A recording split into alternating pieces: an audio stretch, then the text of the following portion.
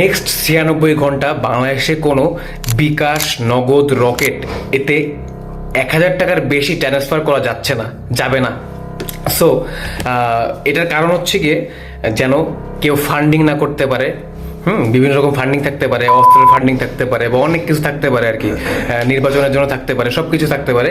তো এই কারণে তারপর আবার শুনছি যে কি মোটরসাইকেলও বন্ধ হয়ে যাবে, মোটরসাইকেল মানে গাড়ি ঘোড়াও বন্ধ হয়ে যাবে। তো এরকম একটা পরিবেশ আমি কখনো দেখি নাই আমার লাইফে, আমি প্রথম দেখতেছি। তো আমার কাছে মনে হচ্ছে এগুলো খুব ভালো, মানে নির্বাচনটাকে সুষ্ঠু রাখার একটা ওয়ে, একটা ভালো ওয়ে। আমি জীবনে দেখি না বাংলাদেশের প্রেক্ষাপট, আমি জানি না আর কি, আমি আমার বয়সে আমি প্রথম দেখতেছি। সো এগুলো আমার কাছে মানে ঠিক আছে, ভালোই মনে হয়েছে। বাট যাদের যাদের এখন ফান্ডিং করা, মানে কাউকে টাকা, ফান্ডিং না সরি, আমি তো সরি, যাদের টাকা দেওয়া দরকার কাউকে, ধরেন আপনার বন্ধুকে 2,000 টাকা পাঠাবেন, তো এরপরে কিন্তু পাঠাইতে পারবেন না। বা আপনার যদি কোনো অর্ডার থাকে, কোনো পার্সেল থাকে, যখন আপনার এটা আসতেছে ওইটা আসতেছে, এখানে টাকা অ্যাডভান্স করা লাগবে, না হলে আপনার পার্সেল আসবে না। তো সেই সব ক্ষেত্রে কিন্তু বেশ সাবধানতা অবলম্বন করা উচিত। আল্লাহ হাফেজ।